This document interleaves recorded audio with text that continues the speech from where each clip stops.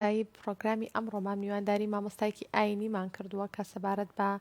ئەنجامدانی ئەنجومەنی هەڵبژاردننی ئەنجومەنی پارێزگا کە تا چەند گرنگە لە ڕوو ئاینیەکەیەوە هەمووان بچن دەنگ بدەن و هەمووان ڕوو لە سندوقەکانی دەنگدان بکەن تا چەند ئەرکێکی ئاینیە ڕۆژی دەنگدان کە تۆ مافی خۆت بەدەستبێنیتەوە تا چەند یاخود حکمی و کەسانە چییە کە دەنگ نادەن و مافی خۆیان وەرناگرنەوە ئایا کێ شایستی ئەوەیە کە تۆ دەنگی پێ بدەیت بۆ مەبەستا میوانداری مامۆستا فاروق نەسرەدینمان کردووە کە بەڕێزیان مامۆستای ئاینین بەیانی باش مامۆستا زۆر بەخێر سپاس سەلامەت بیبانی ئەوەش باش زۆر بەخێراتی زۆر مامۆستا. سپاس زۆر سپاس. مامۆستا هەڵبژاردننی ئەم جاری پارێزگای کەرکووک هەڵبژاردنێکی زۆر چارەنووسازە. هەڵبژاردنیش بافێکی دەستوری و یاسایی هەموو هاوڵاتیەکە بە تایبەتی لە ناوچە کێشە لە سەرەکان لە پاڵ مافە ئەرکیشە. ئایا گرنگێکی وەکو ئەرکێکی ئاینی بۆ هەڵبژاردننی هاوڵاتیان چییە؟ یاخود چۆن ئەیخەیتە ڕوو بۆمان؟ بسم الله الحمد لله والصلاة والسلام على رسول الله وعلى آله وأصحابه ومن والاه. بێگومان هەڵبژاردن بۆ هەر شتێک هەڵبژاردننی با بڵێین هۆزێک کە سەرۆکەکەیان هەڵبژێرن، هەڵبژاردننی براگەورە و دەمسپیەک بۆ خێزانێک، هەڵبژاردننی کۆمەڵە خەڵکێک کە کەسێک نوێنەرایەتیان بکە، ئەمە هەمووی یعنی ئەرکێکی ئاینیە. ئەگە بگەڕێینەوە بۆ سەدری ئیسلام کاتێک ئیمامی عومەر ئەبینێ لە ژێر کەپری سەقیفەی بەنی سەعدا با بڵێن کەپری بەنی سەعدا ئەنساریەکان خەریکن ئەبوو ئەیوبی ئەنساری بە خەلیفەی موسڵمانان دیاریەکان، ئەویش دیارە هەستەکە کە وا پێویستە ئیمامی ئەبوو بەکر خەلیفەی موسڵمانان بێ. بۆ لەبەرەوەی دوو صیفەتی تایە، ئەویش صیفەتی هەرچەنە ئەبوو ئەیوبی ئەنساری کەمتر نەبوو لە ئیمامی ئەبوو بەکر، بەڵام دوو صیفەتی گەورە و گرنگی تیا بووە لەوەی لە ڕۆژی میحنەت و تەنگانەکانە لەگەڵ پێغەمبەر بووە صلی الله علیه وسلم و هەروەها ئەو لە مهاجرین دانەبڕیوە. طبعا ئەمانە خەڵکە بێ خۆی ڕوون یعنی با بڵێن ڕوون بێ لە لای کە کەسێک لەگەڵ معاناتی خەڵک بووە، کەسێک ئازاری چەشتووە ئەولاترە لە کەسێک کە نەیچەشتووە. لەوێوە هەڵبژاردن هەیە. باسی ئیسلامەکەم، باسی ئەگەر باسی سەردەمی پێغەمبەرانی تریش بکەی هەمووی هەڵبژاردننی ئیتیا بوو. بۆیە هەڵبژاردن پێشەوەی مافێکی دەستوری و مەدەنی بێ، مافێکی ئاینیە. ئینسان ئەتوانێت لە ڕووی ئاینەوە نوێنەرایەتی خۆی دیاریکە. لەبەرەوەی ناکرێ ئێستا تۆ من و تۆ خاتون هەمومان بەیەکەوە هەمومان بڕۆین بە یەکشەوە هەمومان قسە بکەین. بێگومان نوێنەرێکە لە بژێرین بۆی لە جیاتی ئێمە داوای مافەکانمان بکە و داکۆچی لەسەر مافەکانمان بکە و ئەو معاناتەی ئێمە هەمانە یان ئەو ئامانج و مەبەستەی ئێمە بووی تێکۆشاوین ئەو بیگەێنێتە لایانی پەروەردگار. ئەمە پێوترێ هەڵبژاردن بە شێوەیەکی گشتی. زۆر باشە مامۆستا لە ڕوو ئاینیەکەیەوە ئەو کەسانی کە تاکو ئێستا خۆیان نەگلای نەکردوێتەوە و ناڕۆن بۆ ڕۆژی دەنگدان و دەنگ نادەن، حکمی ئەوان چییە؟ وەڵام من حکوم نادەم، چونکە حکم ئیشی قازیە، فتواش ئیشی مفتیە. بەس من وەکو تەوعیە با بڵێن وەکو وەشیارێکی ئاینی ئەڵێم، پێغەمبەر صلی الله علیه وسلم فەرمێ نمونەی خەڵکی وەکو نمونەی کۆمەڵە خەڵکێک وایە کە لە کەشتیەکە سەرکەوت بێتن لە دەریایە. هەچ کەسەوە چێ لە جێی خۆی دانشێ پیاوێک تەورێکی پێیە، تەوان پێغەمبەر صلی الله علیه وسلم حەدیسەکەمان بۆ جێڕێتەوە، ئەفەرمێ پیاوێک تەورێکی پێیە خەریکە لەبەر خۆیەوە کەشتیەکە کوونەکە. خەڵکەکە لێ پرسن ئەوە تۆ خەریکی چی؟ تەڵێ کاکە جێگەی دانشتنەکەی خۆم نییە، من کونیەکەم. یخۆ ئەگەر کونی کە هەمویان بەیەکەوە خنچێن وانە، بەس ئەگەر دەسی بگرن نێڵن ئەم کەشتیە کونکە، بێگومان هەمویان بەیەکەوە سەلامەتە بن بەم پیاوەشەوە کە خەریکە. کابێت دانشتنی کەسێک لە ڕۆژی دەنگدانە لە ماڵەوە کەشتی کونکەرەکەیە. لەبەرەوە مەسئولیەتی هەموو کەسێکە، بە تایبەتی ئەمڕۆی کەرکووک یعنی کەرکووک با بڵێن ئەنجومەنی پارێزگای کەرکووک، من قەناعەتم وایە لە دەنگدانێکی کورد بۆ کووردا داکۆچی نەکەم، پێداگری نەکەم، بڵێم وەلەو ئەوەش هەر زەڕورە کە ئینسان هەوڵدا باشترین، بەهێزترین، ئەمینترین، چاکترین، ڕازگۆترین ئەوانە هەڵبژێرێ. بەڵام بۆ کەرکووک بابەتە نەتەوایەتەکە ئەوەندە چڕ و خەستە لە داهاتووە ئەگەر بێت و خوا نەخواستە کورد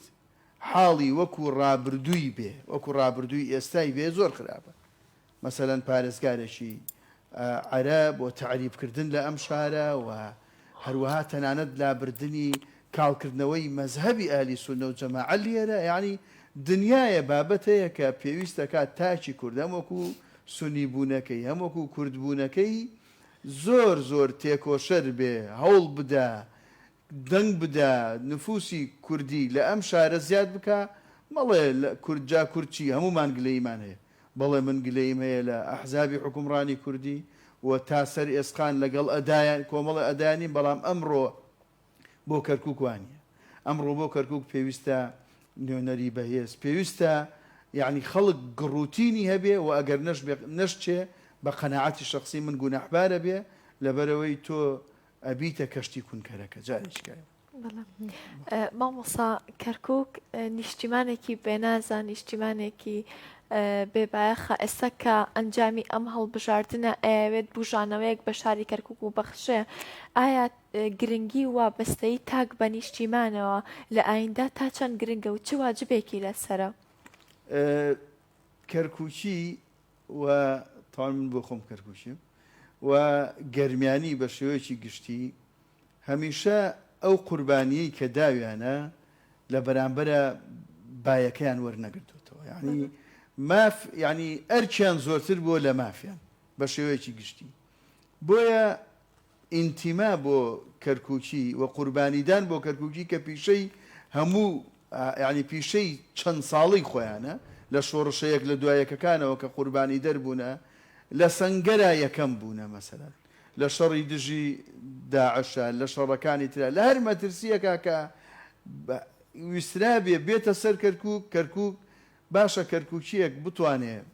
سنگی خۆی بخاتە بەر گولەی دوژمن کە ئیترەمە نەفسی خۆیەتی پیرۆستترین شتە پێشکەشیەکە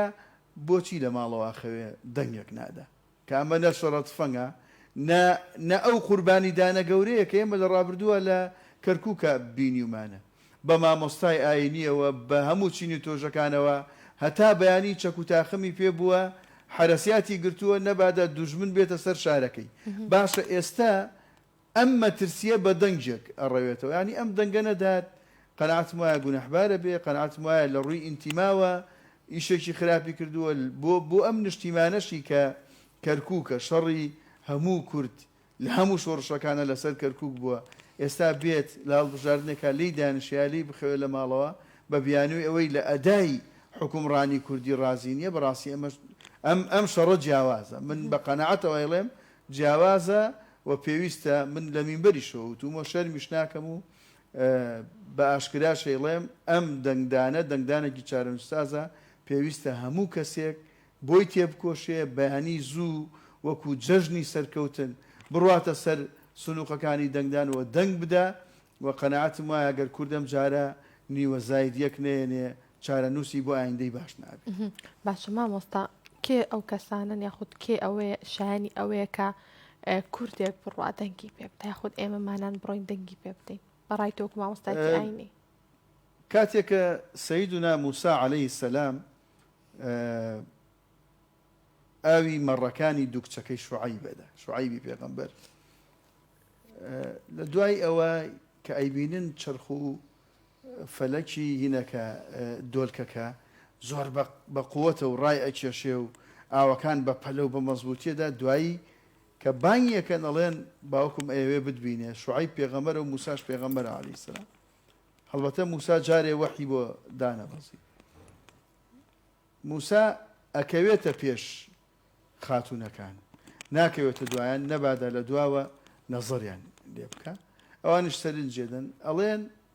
بە باوکیان ئەڵێن ئینە خەیڕە مەن ئیستەئجەرتە قەویی الئەمین. یعنی دوو سفەتیان باس کرد، یەکەم بەهێزی، دووەم ئەمانەت پارێزی. کەوا بێ کەسێک کە ئەتەوێت دەنگی پێبەی با بەهێز بێ. یعنی تۆ کەسێکی لاواز بنێریتە ئەنجومەنی پارێزگا یەکەم مەسەرەن با بڵێن خۆی بەتەنیا بێ، ینی کورسیەکەی بەتەنیا بێ بۆ نمونە، یان نەتوانێ ئەدایەکی وای نەبێ یان ئەزمونێکی وای نەبێ با بڵێن دایمە ئینسان ڕابردووی کەسەکان بکاتە شاهیدی داهاتویان چێ لە ڕۆژە تەنگانەکانە لەگەڵی ماوەتەوە چێ داکۆشی کردووە لە مافەکانیان چێ هەوڵی داوە بە عیلاقەی شخصی بێ حزبی بێ هەرچیەک بێ چۆنەڵی بەشێک پشتێک ببچڕێ بۆ میلەتەکەی بۆ کیانەکەی بۆ کورد زمانەکەی ئێخۆ تۆ ڕابردوو بخوێنەرەوە داهاتوی شایەتە بێوانە چێ داناوە مەسەرەن لە ڕابردووە خزمەتی کردووە دەنگە دەیتەوە ئەوە قەوکابێ قەوی بێ بەهێز بێ بتوانێت لە ڕووی مەسەلەن عەقڵ و ئیرادەوە لە ڕووی چۆنەڵی دنیابینیەوە لە ڕووی دووربینیەوە لە ڕووی ئەکادیمیەوە یعنی ئێستا تۆ پێویستە هەموو مەجالێک خەڵکی متەخەسیسی خۆی بۆ بنێری مەسەلەن بڵێن ینی بۆ نمونە تۆ نەبێتە مەسەلەن ینی قسە لەسەرین فەرماندەیەکی عسکەریە نێریت بۆ ئەنجومەنی پارێزگا لەوێ ئەم فەرماندەیە گەر تەخەسوسێتری نەبێتە نا سەربازەکەی بێ ئەین چی پێکەی لە ئەنجومەنی پارێزگا ئەوانی کەوابێ بێ خەڵکەکە متەخەسیس بێ لە مەجالە جیاجیاکانەوە ڕابردووشی ببینیت ئەمە قەوی اینجا ئەمین چییە؟ ئەم فەقەرەیە زۆر گرنگە ئەبێ ئەم کەسە یعنی چۆنەڵی ڕابردوویت تاقی کردی بێتەوە کە ئەتوانێ دەستباری چۆنەڵی خەڵکە لێ قەوما و ئەوەی کەیکاتە نوێنەری خۆی بگرێ پێداگری بکە حتا لە ئەو من جوزئێ بەسیط باسەکەم لە ئەو حسە تەعیناتانەی کە لە کەرکووکە دێ لە ڕابردووە عەرەب ئەیبا